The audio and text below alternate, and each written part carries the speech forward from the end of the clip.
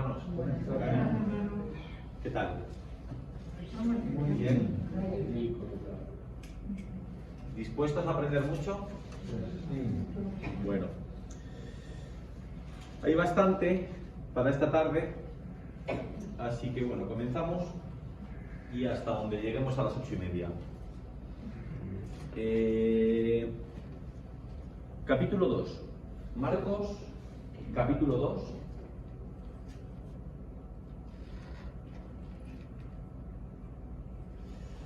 Comenzamos desde el versículo 15 y nos detenemos en el 17. ¿Vale? 15, 16 y 17. Y luego le voy a preguntar a Olga y a Sofía, que son las que menos hablan. ¿Vale? O sea que les doy tiempo a ver qué les llama la atención de este texto, ¿vale? Si hay algo curioso, si hay algo que les gusta, si hay algo que no entienden, cualquier cosa, ¿vale? Luego el resto vamos a participar como siempre. Pero, y no te he querido comprometer, Juani, ¿eh?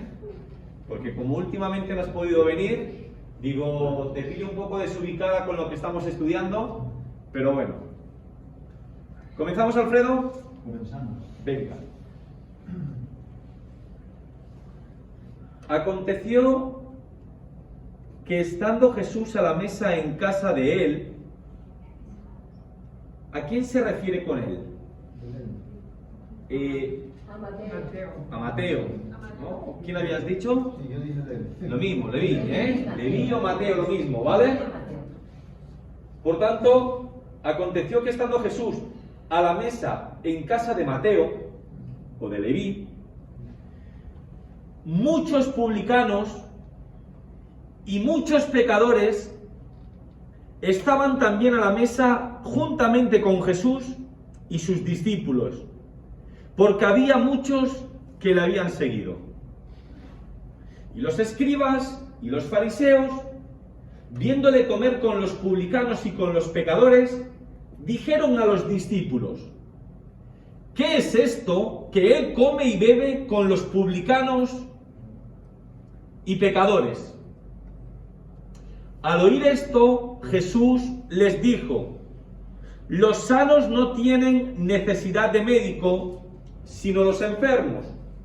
No he venido a llamar a justos, sino a pecadores.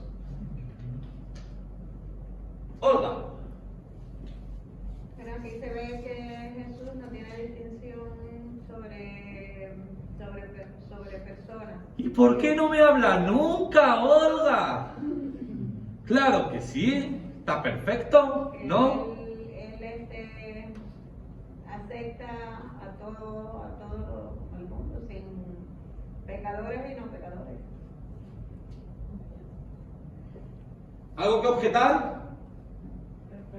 Nosotros somos diferentes.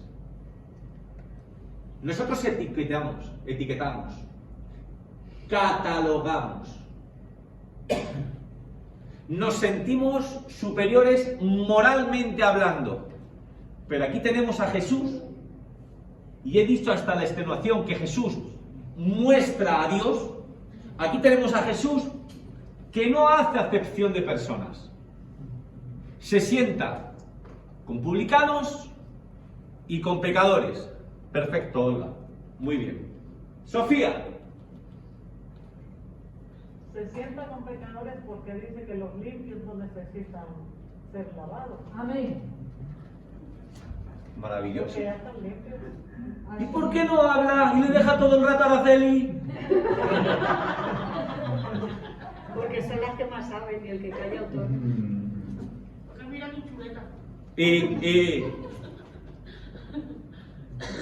Sofía, va perfecto, no quiero comprometerla más, ¿vale? Va perfecto. ¿Qué le dice eso? Lo que usted ha comentado, no otra cosa, eso. ¿Por qué le gusta eso? ¿Por qué ha señalado eso y no otra cosa? Me gusta eso porque si me siento limpia, ¿por qué voy a necesitar jabón? Terrible. O sea, es perfecto. Mira, empezamos por el versículo 17, ¿vale, Leo? Empezamos por el versículo 17, que es el que ha citado, el que ha citado Sofía. Está tan comprimido Eliseo que tú lo lees así rápido y parece como que el Señor se olvida de un grupo de personas. Parece que Él específicamente se reserva para unas. ¿Y qué pasa con las otras? Lo que ha dicho nuestra hermana Sofía. Solo aquel que se siente mal, solo aquel que reconoce su culpa, su pecado, podrá ir al encuentro del Señor, podrá ir al encuentro del médico, porque siente su necesidad. Amén. Jesús nunca, nunca, nunca podrá hacer nada con el que siente que no lo necesita, que es lo suficientemente bueno como para no depender ni necesitar de nadie. Por tanto, el Señor no está descartando a nadie, es uno mismo el que se descarta. Los fariseos y los escribas, Olga, ¿usted cree que ellos consideraban que necesitaban de Jesús?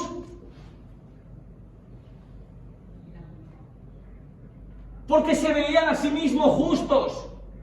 ¿Cuántas veces nosotros, Pedro José, no nos vemos más justos que otros, mejores que otros, superiores morales a otros? Y es difícil que Dios trabaje con nosotros. Porque, Juan, y tenemos que reconocer nuestra falla, que no somos perfectos, que seguimos cometiendo errores, que nos equivocamos. Por tanto, y cerramos el versículo 17 con esto, y le damos un aplauso grande aquí a Olga y a Sofía. Hermanos, el Señor solo puede hacer algo con el que reconoce su necesidad. Si nos vamos a la parábola del fariseo y el publicano, ¿con quién podía trabajar el Señor? ¿Por qué?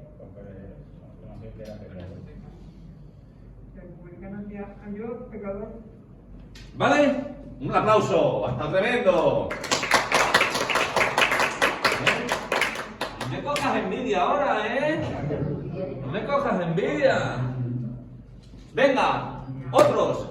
Porque ya. Espera, Juani. ¿Te ha llamado algo la atención? Oye, ¿puedes poner del 15 al 17 de un tirón o no cabe? Mira a ver si te entra, cielo. Juani, ¿te llamó algo la atención? ¿Quieres comentar algo? ¿Lo dejamos para otros versículos? ¿Sí? Perfecto. ¿Qué más? Ya hemos visto. No hace acepción de personas.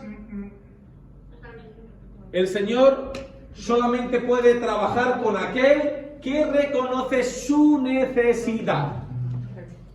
Muy bien. Antes, 15 al 17, Guadalupe.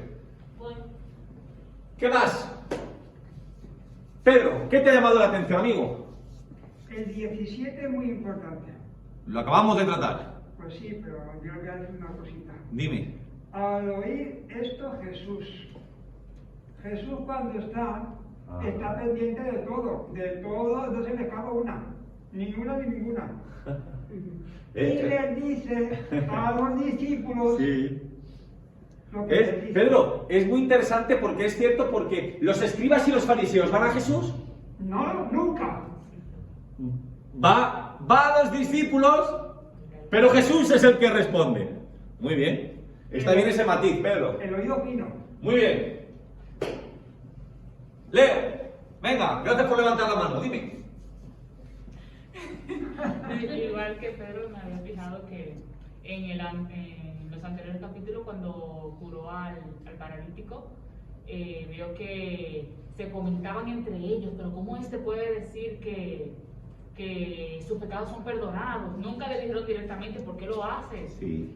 Ahora mismo se presenta la misma situación, en vez de dirigirse, pero ¿por qué Jesús estás comiendo con ellos? Hablan entre ellos, le hablan a los discípulos, reclamándoles como el alrededor. Yo siento que eso es como intención de distorsionar un poco la cosa para que la gente dejara de seguirlo.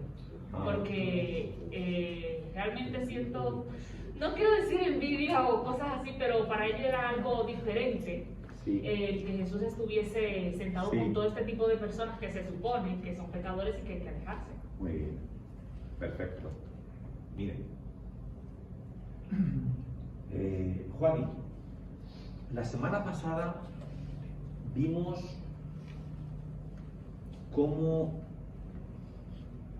Mateo personalmente conoce al Señor. Él es un publicano, un recaudador de impuestos.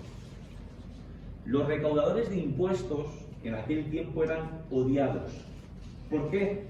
Porque su beneficio consistía en lo que eran capaces de quitarte a ti. Tú sabes que hoy en día nosotros también pagamos nuestros impuestos, pero esos impuestos están reglados.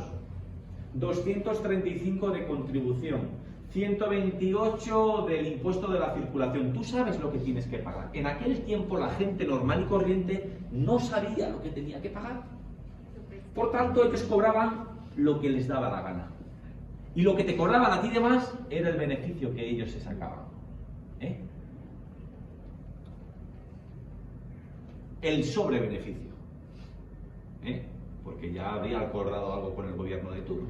¿Vale? Mari, quita esto. Bueno, entonces continúo hasta que vuelva la luz. Será por los dos aparatos. Hasta que no quites a lo mejor un aparato. Hay que pagar. Bueno, continúo. Sí, vale, continúo. No pasa nada. Quita uno, Mari, con que quites uno. Entonces, continúo. El Señor, Mateo o Leví conoce personalmente a Jesús. Lo descubre. ¿Y qué es lo primero que hace?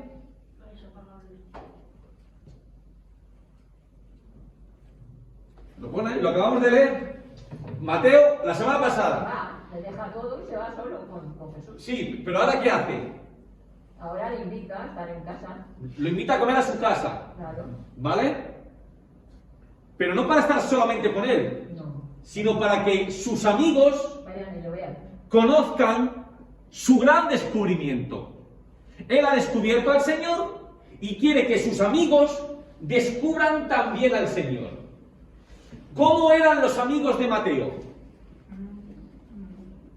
De mala fama. Muy bueno. Como él, publicanos y pecadores, eran como él. Porque la gente normal, la gente corriente, la gente de cierto prestigio, nunca querría juntarse con nadie como Mateo.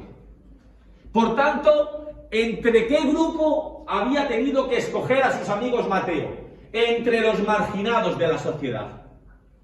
Los que nadie quería. Los que nadie respetaba. ¿Vale? Esos eran los amigos de Mateo. Otros como él y otros pecadores. Quiero enseñarles algo. Cuando ella habla de pecadores, la palabra es amartolos. La palabra pecador puede significar dos cosas. Una, que ha quebrantado la ley moral, ¿vale? Que ha quebrantado la ley moral. O número dos, que no cumple con todas las reglas o normas de los fariseos y escribas. Me explico.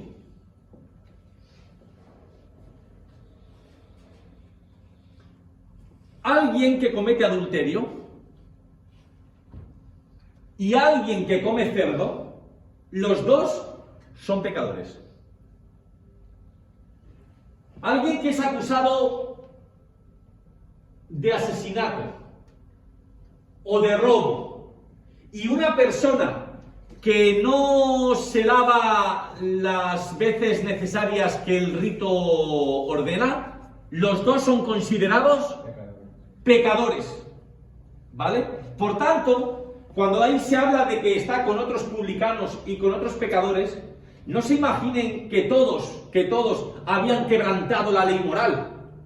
Me imagino que allí habría adúlteros, habría ladrones, habría de todo, pero había gente que no.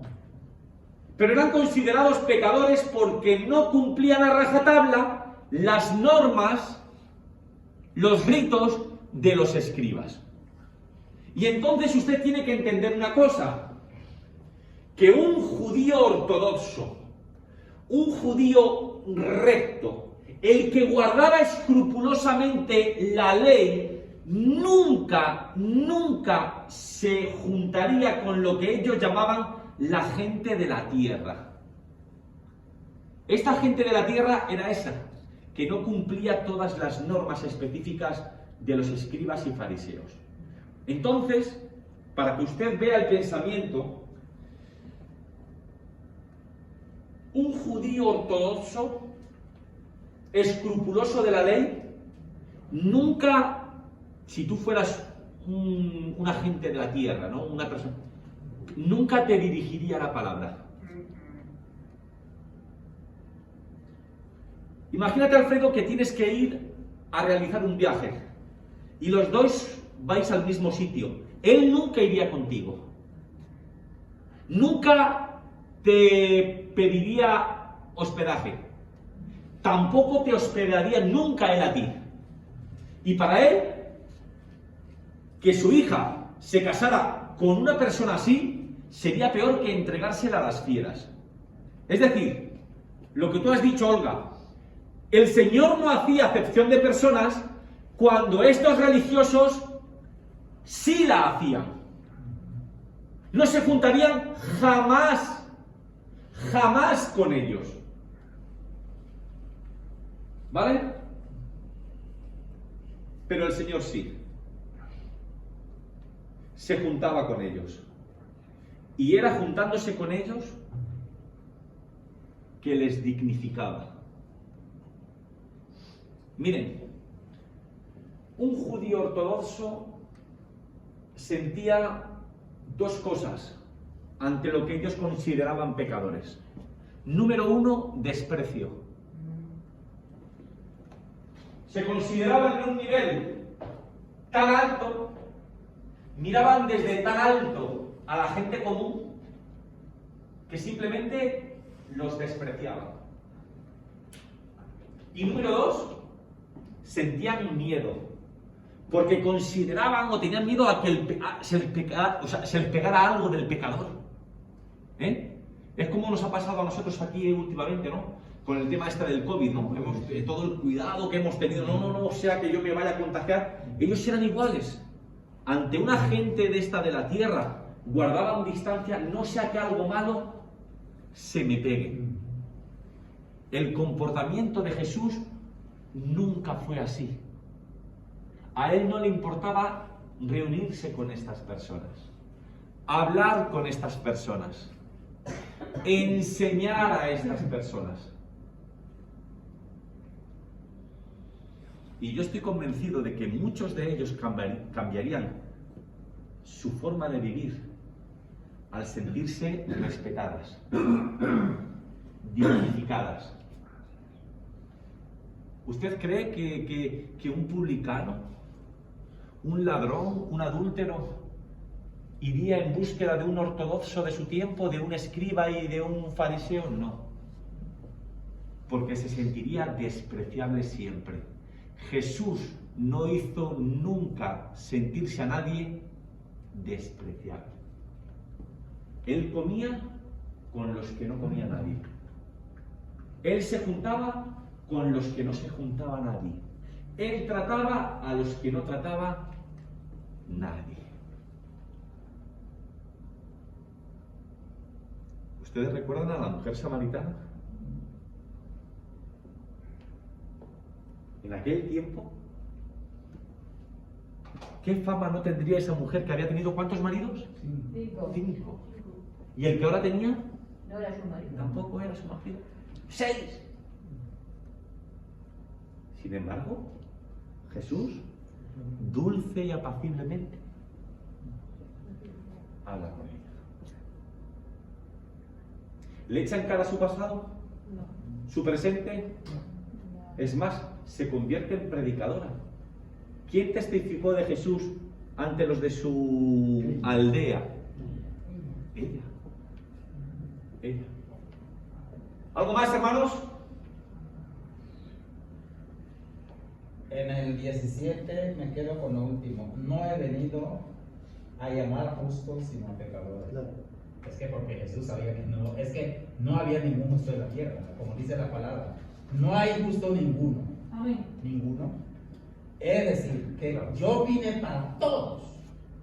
Todos. Claro, todos. Porque justo no ha habido ninguno. Lo decía Pablo, ¿no? Justo no hay ni uno. Pero no es lo que pensaban esos ortodoxos judíos. Luego veremos pautas de comportamiento de ellos, ¿no? Cómo se manejaban incorrectamente. Muy bien, Eliseo, muy bien. Venga, continuamos. ¿Qué hora es? Sí, tenemos tiempo. Continuamos, versículos del 18 al 20. Versículos del 18 al 20. Javes, te voy a preguntar, que tú eres de los que tampoco hablas, ¿vale? Te aviso con tiempo. Ya ha hablado hoy Olga, ha hablado Sofía, faltas tú. A ver qué te llama la atención del 18 al 20. Dice así: y los discípulos de Juan, ¿de qué Juan habla? De Juan el Bautista. Muy bien, Araceli. Y los discípulos de Juan el Bautista y los de los fariseos, ¿qué hacían, Alfredo? Ayunaban. Y vinieron y le dijeron, ¿a quién? A Jesús. ¿Por qué los discípulos de Juan y los nuestros, los de los fariseos, ayunan y tus discípulos no ayunan? Jesús les dijo, ¿acaso pueden los que están de bodas ayunar mientras está con ellos el esposo? Entre tanto que tienen consigo al esposo, no pueden ayunar. Pero vendrán días cuando el esposo les será quitado, y entonces, en aquellos días, ayunarán.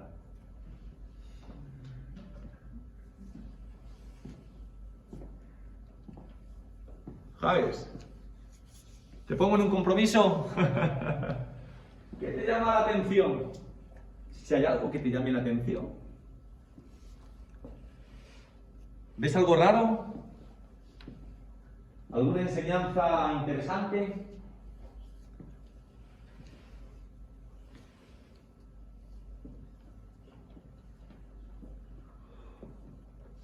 ¿Noelia? No. Me he quedado sin palabras.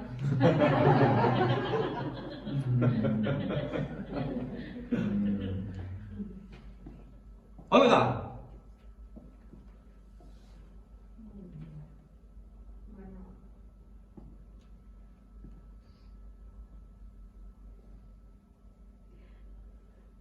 ¿Mari? No sé, yo creo que se pone como que, o sea, cuando dice lo de mientras están con el esposo no tienen que ayunar, es como diciendo, si están conmigo, se supone que el ayuno es para ayunar para Dios, pero si estás con Dios, ¿para qué es necesario ayunar? ¿No? No sé, que ayunen cuando yo no esté, que será cuando tengan que hacer ese sacrificio, por así decirlo. Muy bien. ¿Puedo hacer una pregunta? ¿Quiénes de ustedes han ayunado en alguna ocasión? Aunque solo sea una. Un gran grupo de personas. Bien, les explico. El ayuno era una práctica habitual entre los judíos de aquel tiempo. ¿Vale? Ahora, solamente en la religión judía, solamente había un día en que era obligado a ayunar, ¿vale? Y era el día de la expiación. Era el día en que el pueblo reconocía su pecado y recibía el perdón. Ese día era el día de ayuno por excelencia. No había más ayuno obligatorio. Ahora, eso sí, el judío, el ortodoxo, el religioso, ese sí ayunaba. Es más, ayunaba 2 veces por semana. Ayunaba los lunes y ayunaba los jueves. Los lunes y los jueves. No era la cosa tan complicada como usted se puede imaginar. Porque en aquel tiempo el ayuno comprendía desde las 6 de la mañana hasta las 6 de la tarde. Luego ya uno podía comer lo que quisiera, ¿vale? Es decir, que el ayuno duraba 12 horas. 6 de la mañana, 6 de la tarde. A la luz de este texto, Javes, ¿Jesús critica el ayuno? No. Es más, él lo cita entre los pilares de la piedad en el Sermón del Monte, Lo cita junto a la limosna y junto a la oración, ¿vale? Pero hay un problema aquí, Juani. El problema no está en el ayuno en sí, sino en la motivación que estos ortodoxos o que estos radicales tenían a la hora de ayunar, ¿vale? Uno, ¿por qué puede ayunar? ¿Me ayudan? Motivaciones para ayunar. Por enfermos, por personas que estén enfermas. Ayunar por personas que están enfermas. Por lo que no tiene trabajo. Para pedir bendiciones. Yo creo que el ayuno es importante en muchas áreas de la vida. Hasta en nuestro estado, que podemos estar bien y de repente te viene y te quedas pasmado. No te salen ni las palabras. Miren, les explico.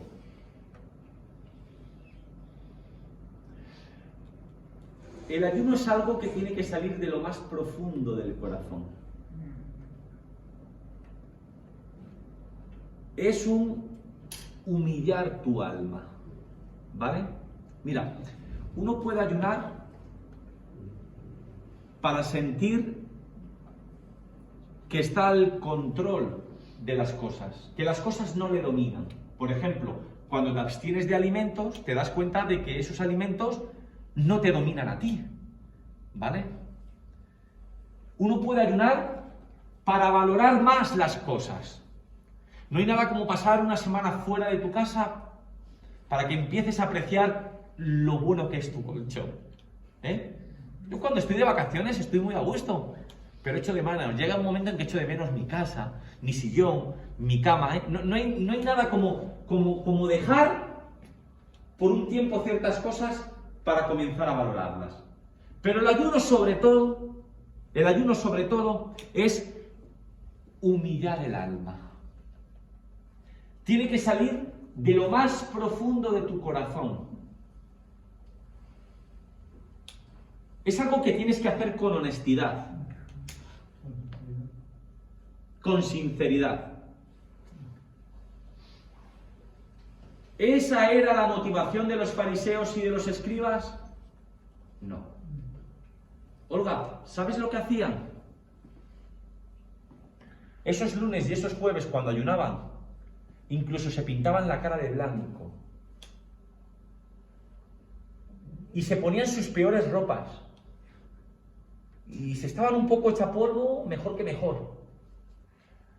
¿Cuál era la única intención que había, Pedro José? En que la gente les viera. ¡Mírale! ¡Justiniano está ayunando!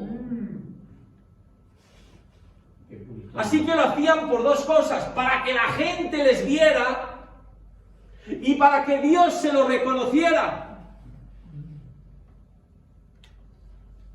Por mal camino llevamos, la verdad, sí.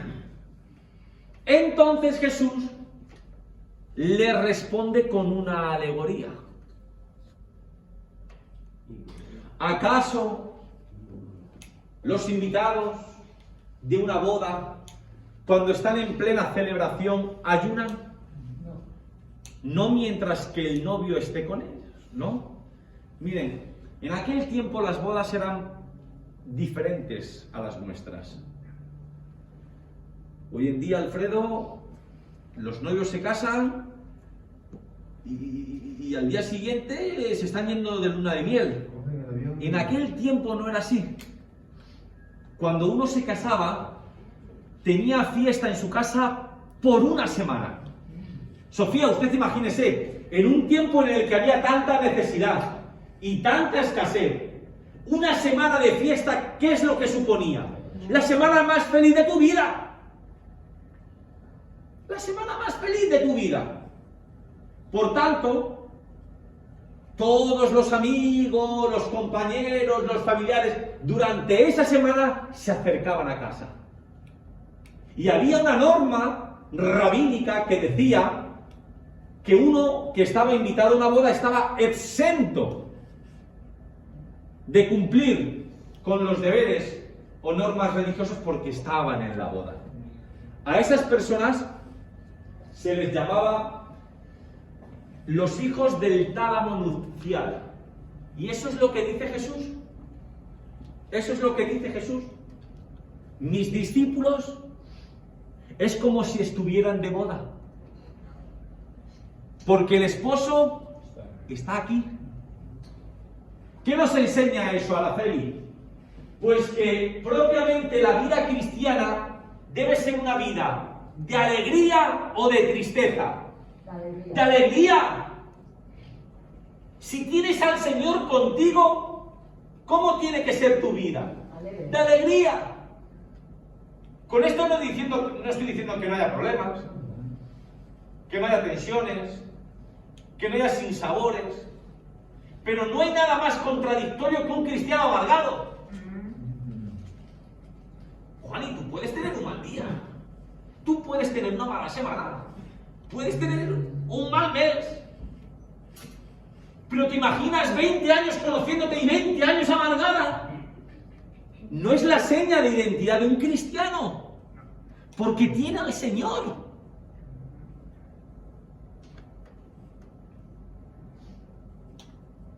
¿Qué más les llama la atención de ese texto? ¿Una pregunta puede decir? Sí. Vamos, más que una pregunta, una especie de reflexión.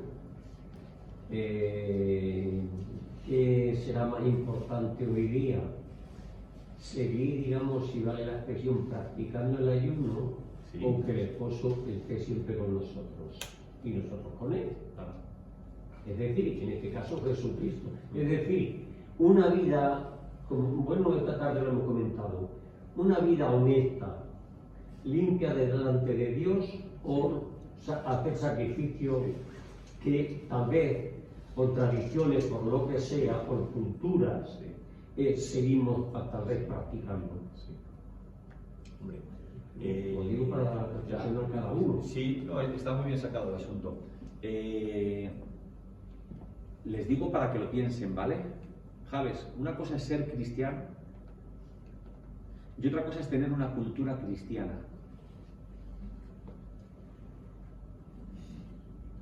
O sea, tú desde pequeño vas a la iglesia, tienes 15 años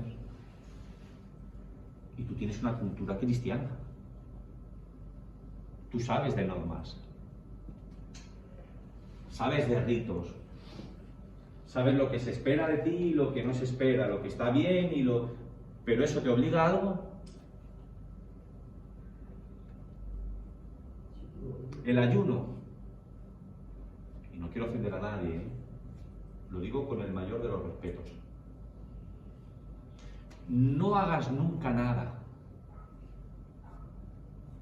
como una forma de sonsacarle algo a Dios. No es la mejor de las actitudes. no ofrendes 10 esperando recibir 100. No ayunes esperando, porque entonces eso habla mal de mí. Yo quiero que lo pienses, que yo no conozco ningún caso. Yo estoy hablando. No conozco el caso de ninguno de ustedes en este aspecto. Pero, Javes, ¿tú qué impresión tendrías de mí, si te digo, no, es que yo ofrendo 1000? Pero ofrendo 1000 porque espero recibir 10.000. Pero, Un interés. que soy un interesado. Soy un interesado. ¿Por qué ofrendo? ¿Por qué soy fiel en mis ofrendas? Porque espero recibir algo a cambio. Sí. Muchas veces sí. Si yo ayuno esperando obtener algo, ¿qué dice eso de mí? Por eso yo hablaba de que el ayuno es humillar tu alma. No tienes por qué obtener nada. Lo haces. Nadie tiene por qué saberlo. No hay que publicarlo. No hay que anunciarlo. Es algo entre tú y el Señor. Tú mejor que nadie sabes de tu vida. Tú mejor que nadie sabes lo que Él ha hecho por ti.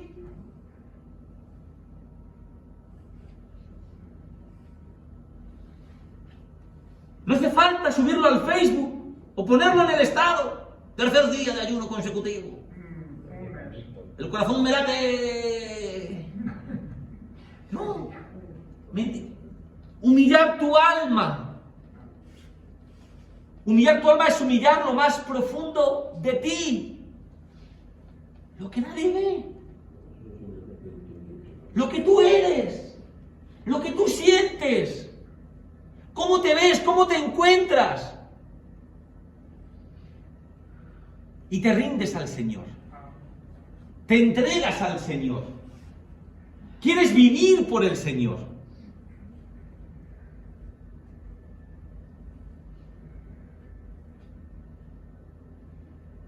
¿Me he explicado?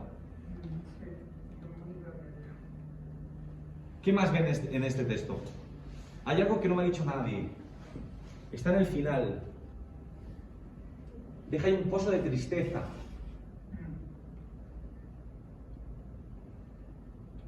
¿Sí, Pedro?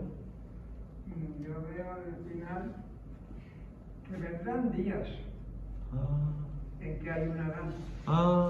¿Y eso qué significa, Pedro? Pues significa que el Señor estará con nosotros en sí. Pedro, ¿sabe lo que significa? Está clarita la cosa. Ahora no, porque el esposo está con ellos. Pero habrá días. Araceli, ¿tú crees que al Señor le pilló desprevenido la muerte si lo está anunciando al principio de su ministerio? Él sabe que había escogido un camino y sabía dónde acababa ese camino. Estamos en el capítulo 2. ¿Qué es lo que hemos estudiado? Siente el llamado, se bautiza, se aparta al desierto, llega a Capernaum, se va a otras sinagogas de Galilea a seguir predicando, vuelve a Capernaum, sana a un paralítico por la fe de 4 conocidos o de 4 amigos, conoce a sus discípulos, sana a la suegra de uno de ellos. Está al comienzo de su ministerio. Y él ya sabe cómo acaba la película. Ahora no, pero habrá días en que ellos también ayunen. ¿Por qué? Porque el esposo les falte. ¿Vale? Venga. ¿Nos queda? Sí. Vale, vamos bien. Vamos, versículo.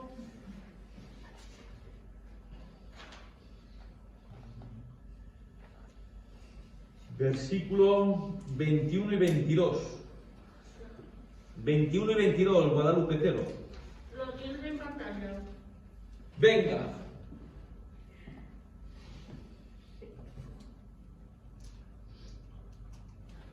Dice, nadie pone remiendo de paño nuevo en vestido viejo. De otra manera, el mismo remiendo nuevo tira de lo viejo y se hace peor la rotura.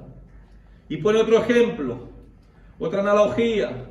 Y nadie echa vino nuevo en odres viejos. De otra manera, el vino nuevo rompe los odres y el vino se derrama y los odres se pierden, pero el vino nuevo en odres nuevos se ha de echar. Y con esto concluimos. ¿Qué les ha parecido esto? ¿Qué enseñanzas? ¿Por qué dice esto Jesús? ¿A cuento de qué?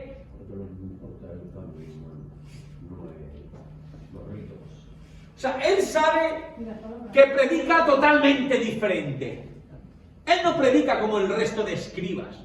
Él no predica como el resto de fariseos. Ni tan siquiera él vive como viven los escribas y los fariseos.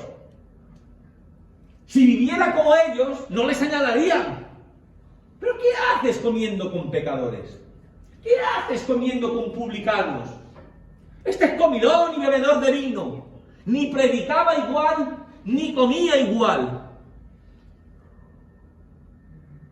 Y lo que les está diciendo con estos dos ejemplos es que tenemos que abrir nuestras mentes. Dar paso a nuevas ideas. Son ejemplos que ustedes saben. El primero. Tú tienes un pantalón viejo, Javes. Muy viejo. Y tienes un roto.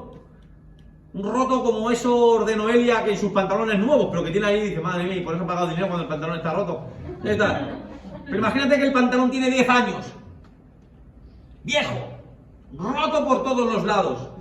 Y tú coges un cacho de tela nueva. La palabra que utiliza ahí Juani representa lo del paño nuevo, habla de una tela que no se ha mojado nunca, ni como consecuencia de la lluvia, ni del lavado. Bueno, allí no había lavadoras en aquel tiempo, ¿vale? Pero no haya sido lavada nunca. Por tanto, ayúdenme, ¿qué pasa con una tela que nunca se ha lavado? No ha encogido. La tela nueva que no ha sido lavada nunca, no ha encogido nunca. ¿Qué pasa cuando se lava por primera vez? ¿O se moja por primera vez? Va a encoger algo. Y cuando esa tela nueva encoja, ¿de dónde va a tirar? De la tela vieja, que va a ceder. Y al final el pantalón de Noelia se va a convertir en minifalda. Hecho polvo. ¿Qué es lo que está diciendo el Señor con eso, Javes? Que hay un momento en que basta ya de parches. Que no vale con ir poniendo parches. Tira el pantalón y cómprate uno nuevo. Lo que les está diciendo es, tenéis que abrir vuestras mentes a ideas nuevas. No conformaros con poner simples parches. Otro ejemplo. Los odres. Un odre nuevo tiene cierta elasticidad, ¿vale? El odre viejo se seca y no tiene elasticidad ninguna. Claro, el odre nuevo, si tú le echas vino nuevo, ese vino joven, todavía está fermentando. Por tanto, como está fermentando, produce gases. ¿Y esos gases qué es lo que hace? Presionan. Si tú metes un vino nuevo que está fermentando en un odre nuevo, como es elástico, lo va a aguantar. Pero si lo hace en un odre viejo, que ya no tiene ningún tipo de elasticidad, ¿qué va a pasar? Se pierde el vino y se pierde el odre. Por tanto, ante el mensaje nuevo del Señor, hace falta un recipiente nuevo.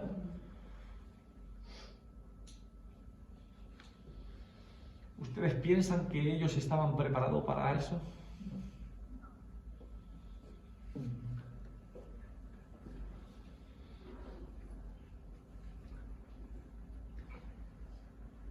Miren,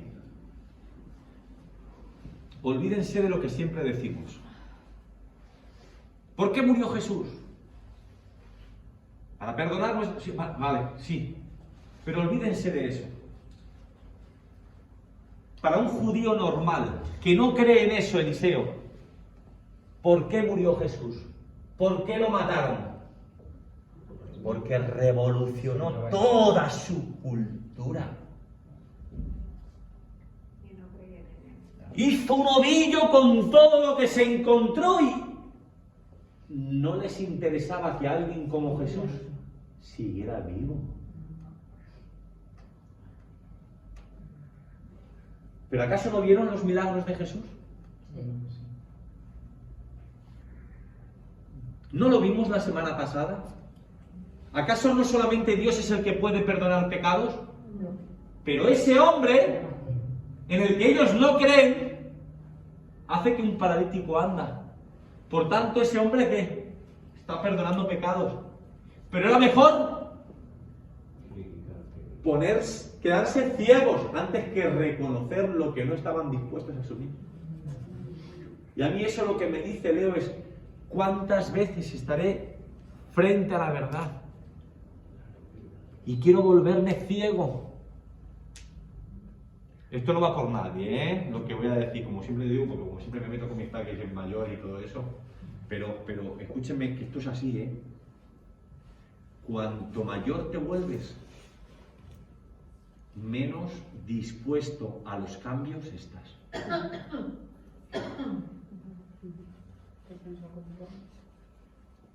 Tú dile a Javier, 20 de la República Dominicana, España, y con 18 años,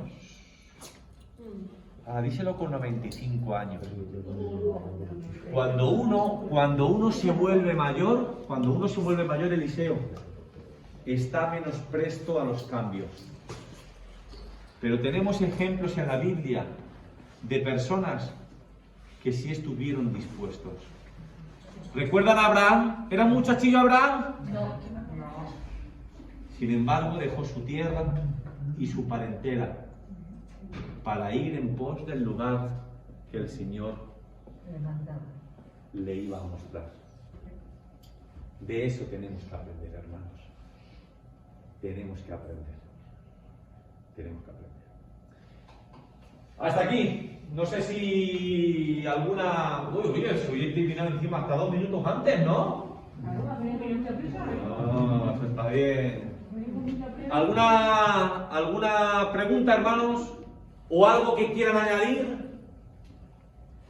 Yo creo que esos escribas y fariseos, ellos se consideraban muy justos.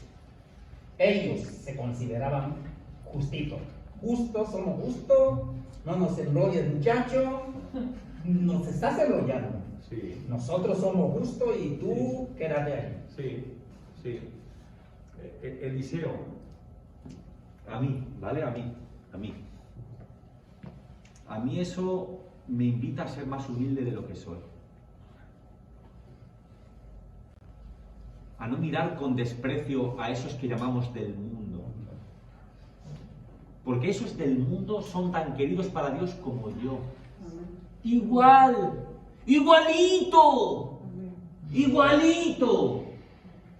Soy yo el que marco la distancia. Soy yo el que marco diferencias. Soy yo el que, empequeñeciéndote a ti, me agrando yo. Pero eso no es cosa del Señor. Eso es cosa mía. ¿Cuántas veces yo me habré visto justo, Eliseo? Y lo que ha dicho el texto, con las personas así, el Señor poco puede hacer.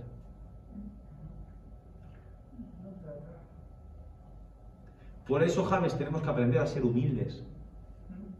No importa lo que sepamos de la Biblia. No importa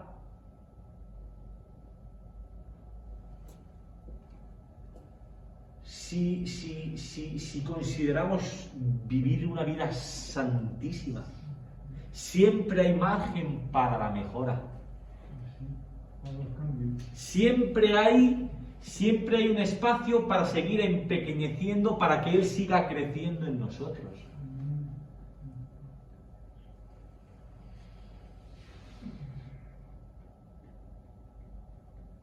Si nos consideramos mejor que el resto, piénselo. Guadalupe, ya no hablo con respecto a los del mundo. ¿Alguna vez te has sentido superior a algún hermano de la iglesia? ¿Alguna vez? No me contestes, simplemente piénsalo. No quiero, me cierro los ojos. ¿Alguna vez te has considerado?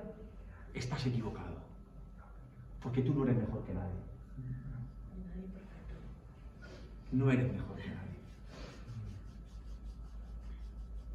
¿Recuerdan lo que vimos el domingo pasado en la predicación? De cómo caemos en el legalismo, de cómo para mitigar nuestra conciencia necesitamos señalar y culpabilizar al prójimo, incluso al hermano, para yo sentirme mejor.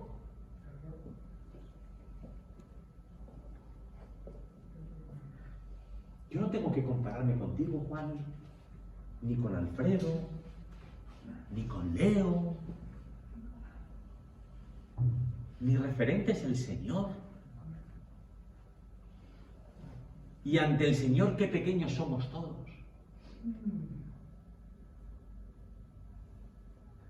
Hablaremos un poquito más de eso el domingo también, de todas formas. ¿Algo más, hermanos?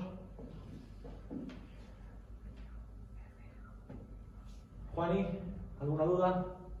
¿Sofía? ¿Olga? ¿Javes? ¿Pedro? ¿Guadalupe? ¿Alfredo? ¿Pastor? ¿Pastora? ¿Deli? Bueno. Perfecto. Que el Señor